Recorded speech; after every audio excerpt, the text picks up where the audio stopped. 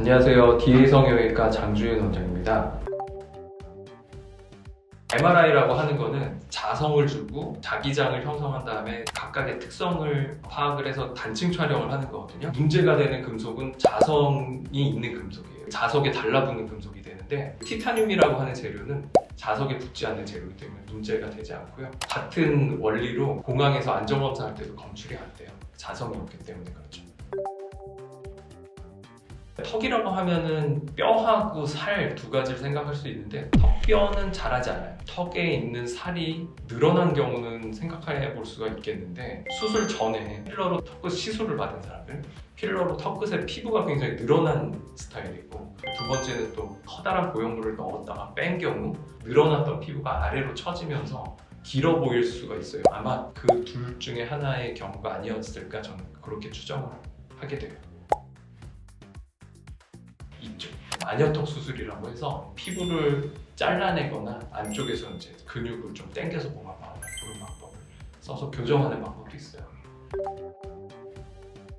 핀을 많이 쓸수록 튼튼하게 고정이 되기는 하지만 핀을 많이 썼을 때 이제 손해 보는 것도 있어요. 일단은 이물질이 몸에 많이 들어가서 좋을 게 없다라는 거를 이제 생각을 할 수가 있고, 두 번째는 핀을 많이 받게 되면 나중에 조금 수술이 미흡하다라고 했을 때 다시 조금 수정해야 되는 경우가 있는데 그때 그 핀을 제거하고 고정해야 될 공간이 있어야 되는데 공간을 다 써버리는 게 되죠. 빽빽하게 박아버리면. 그래서 되게 좋지 않다고 보고 저는 이제 앞쪽에 2개 쓰고 뒤쪽에 하나 쓰고 그 정도만으로 충분하다고 저는 생각을 해요. 고정을 할 때 개수보다는 광대뼈에서도 얇은 부위가 있고 두꺼운 부위가 있는데 두꺼운 부위를 잘 선택을 해서 거기다 그냥 박아줬을 때 이제 견고하게 되고 얇은 부위에 고정하면 아무래도 고정력이 좀 약한 것 같아요.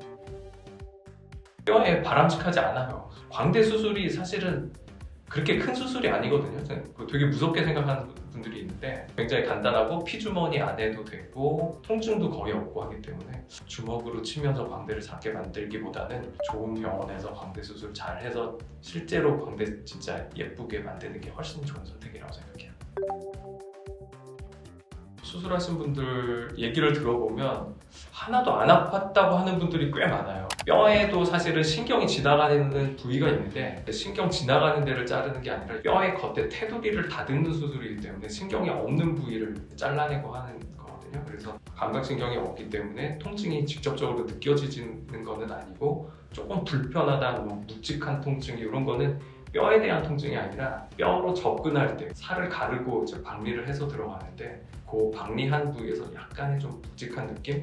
그런 거는 있을지 몰라도 뼈 자체가 통증이 있다 그거는 아니라고 그렇게 아셔도 돼요. 네.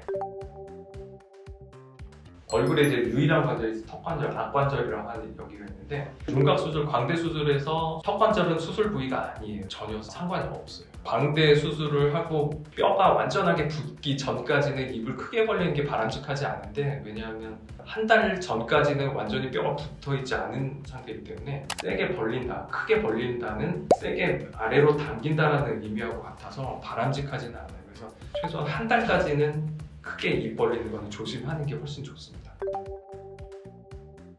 가능하죠. 실제로 우리가 하는 수술 중에서 윤곽을 크게 만든 수술이 있죠. 무턱 수술.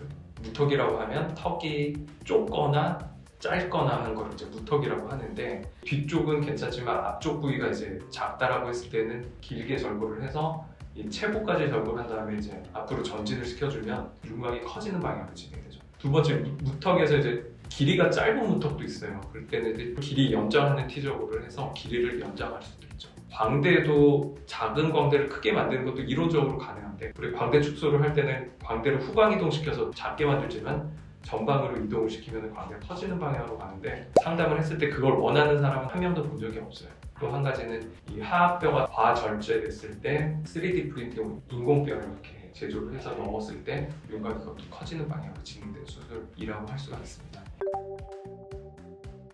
환자 몸에서 나온 적출물이기 때문에 이거는 의료 폐기물로 분류가 돼서 이제 안전하고 오염되지 않게 잘 처리가 되고 있어요. 연구하는 목적으로 쓰는 것도 있을 수가 없고 만약에 이게 뭐 다른 사람 몸에 들어간다고 하면 면역 거부 반응이 일어나서 염증이 생겨서 뭐 고름이 나온다든지 생착이 전혀 되지 않죠. 왜냐하면 뼈에서도 세포가 있는 거고 하기 때문에 상대방의 세포가 거부를 하게 돼요. 그래서 그것도 불가능한 거고 의료 폐기물로 안전하게 폐기가 된다 이렇게 아시면 돼요.